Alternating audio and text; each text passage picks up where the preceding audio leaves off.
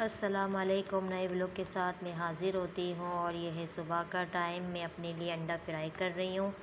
ہانیہ چلی گئی تھی اسکول اور میرے شوہر بھی کام پر چلے گئے تھے، تو میں نے بولا چلو مجھے بھوک لگی ہے تو میں ناشتہ کھا لوں، اور ناشتہ میں جلدی کر رہی ہوں۔ ابھی نا میں نے بولا تھوڑا میں سو جاؤں گی، مگر آئزل نے چھوڑا ہی نہیں۔ ابھی آئزل کا ٹائم جب بھی بس چلتا ہے جب بھی سوتی ہے، راتوں کو اٹھ جاتی ہے، کبھی 5 بجے اٹھ جاتی ہے، فجر میں اٹھ جاتی ہے، کبھی فجر میں سوتی ہے۔ چھوٹے بچوں کا تو یہی مسئلہ ہوتا ہے، اس کے ساتھ ماؤں کی بھی روٹین ساری خراب ہو جاتی ہے۔ چلو ابھی بڑے تو بچے ایسے ہوتے ہی نہیں ہیں، محنت ہی کرنی پڑتی ہے۔ ہانیہ کے اوپر تو میں نے اس سے زیادہ ہی محنت کی تھی۔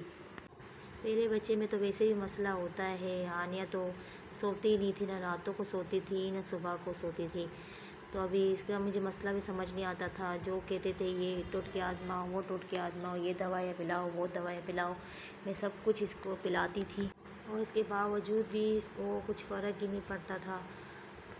مجھے اتنا نہیں پتا تھا نا کہ کس طریقے سے بچوں کو کرتے۔ پہلا بچہ تھا تو میں بہت پریشان ہوتی تھی، اور مجھے میرا ذہنی سکون بھی بالکل سمجھ ہی نہیں آتا تھا کہ میں کیا کروں۔ کوئی انسان کس طریقے سے بات کر رہا ہے میرے سے، سمجھ ہی نہیں آتا تھا۔ جو کہتے تھے میں کر لیتی تھی، بولتی تھی کہ نا اس کو فرق پڑ جائے، کوئی تو چیز سے اس کو فرق تو پڑ جائے، مگر اس کو کوئی چیزوں سے فرق نہیں پڑتا تھا۔ یہاں تک اس کو پھکیاں، حکیموں کی دوائیاں، ڈاکٹروں کی دوائیاں، میں نے سب کچھ اس کو پلا دیتی تھی، مگر فرق نہیں پڑا۔ اس کو فرق یہ 2 سال کے بعد ہی ٹھیک ہوئی ہے۔ بیمار اکثر ہوتی تھی۔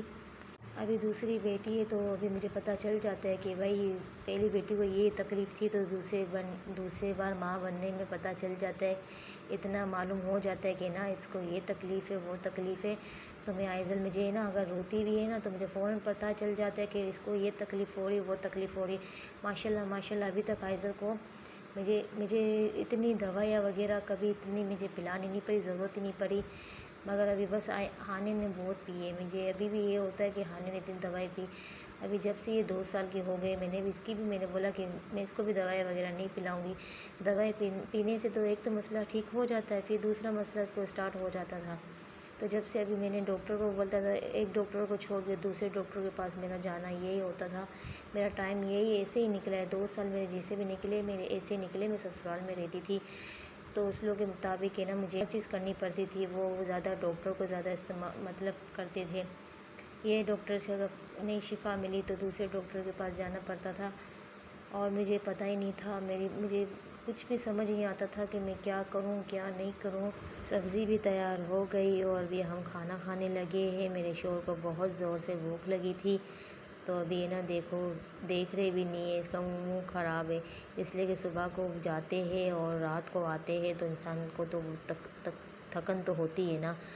تو ابھی یہ 11ویں کی نیاز آئی تھی، دوسرا دن تھا، تو میں ہانیہ کو بول رہی ہانیہ آپ کھا رہی ہو؟ تو ہانیہ تو پوچھے گی، پہلے تو سوال کرے گی کہاں سے آیا، کس نے دیا، پر پھر بھی نہیں کھایا اس نے، اس کا پیٹ بھرا ہے۔